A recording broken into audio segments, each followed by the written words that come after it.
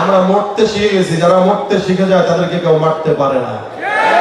ইনশাআল্লাহ ইমানের জন্য মরতে যদি হয় একবার নয় 100 বার মরতে রাজি ইনশাআল্লাহ। ইনশাআল্লাহ, কারণ সারা জিন্দেগীর গুনাহ যদি এক চান্সে ক্ষমা করা জান্নাতে যেতে চান, শাহাদাতের মৃত্যু ছাড়া দ্বিতীয় কোন রাস্তা নেই।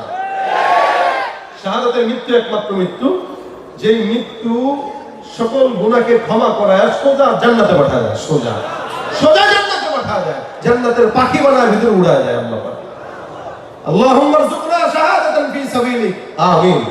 জোরে বলেন আমিন।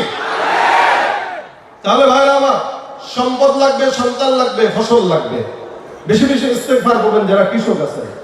ইনশাআল্লাহ ফসলে বরকত হবে, আলু বাড়বে, পেঁয়াজ বাড়বে। তাহলে আর বড় বড় পেঁয়াজ আনতে দরকার নেই, এগুলো দেখতেও পারি না, খাইতেও মন চায় না। দেশি পেঁয়াজ উপরে মতো পেঁয়াজ আছে, আমরা তাদেরকে বলবো তোমাদের মন চাইলে আমাদেরকে বললে আমরা পেঁয়াজ পাঠাবো। আমাদেরটা খাও নাই তো বুঝো না, খাইলে তোমাদেরটা তোমরা দেখবাও না, মুখেও নিবা না। হাইব্রিড জিনিস আমরা পছন্দ করি না। ভাই, তারা আমাদেরকে থ্রেট দেয়, আমরা ইস্তেগফার বাড়ায় যাবো, ইনশাআল্লাহ ফসল বেড়ে যাবে। আমরা ইস্তেগফার বাড়ায় যাবো, আমাদের নদীর পানি আল্লাহ পাক দিয়ে দিবেন। তাদের থেকে পানি নিয়ে আমাদের খেতে দেওয়ার কোনো দরকার হয় না, কারণ তারা এত পর্যন্ত যা দেখেছি আমাদেরকে পানি সময় মতো দেয় না, অসময় দেওয়া পারে। এই জন্য হার কাজ, এই 6টা কাজ আল্লাহ পাক বলেন, কেউ যদি ইস্তেগফার করে 6টা আমি আল্লাহ তাদেরকে দান করবো। সুবহানাল্লাহ।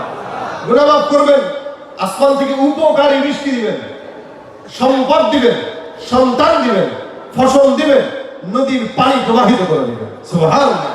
মুসলমান আল্লাহ যাকাহু মিন হাইযু লা ইয়াহতাসিব, এমন জায়গা থেকে আল্লাহ পাক রিজিকের ফয়সালা করবেন বান্দা কল্পনাও করতে পারবে না। এমন জায়গা থেকে দিবেন কল্পনাও করতে পারবে না। আমল কয়টা? একটা। এটা দিবেন কে? আল্লাহ। এটা আমি আপনাদের সঙ্গে একটু মুযাকারা করলাম, আমিও চেষ্টা করি করার, আপনারাও করবেন ইনশাআল্লাহ। ইনশাআল্লাহ। বসে রয়েছেন টাইম নেই, আমাদের কাজ হলো চায়ের দোকানে বসে গীবত করা। ওই যে আগে বলছি না, যে ব্যক্তি নিজে গুনাহ করে ওই ব্যক্তি আরেকজনের গুনাহ নিয়ে নাড়াচাড়া করে, এটা তো চিনি রে এই।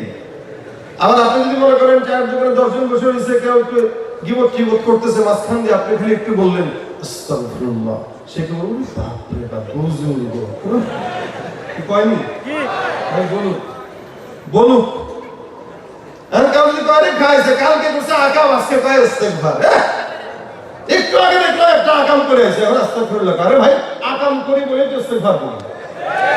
যদি না করতাম তাহলে তো আব্দুল লতিফের মতো হইতাম, যে আমি গুনাহ করি না। কি বলেন, ঠিক না? কিন্তু আমার ভাই গুনাহ আছে, যেহেতু আমার গুনাহ আছে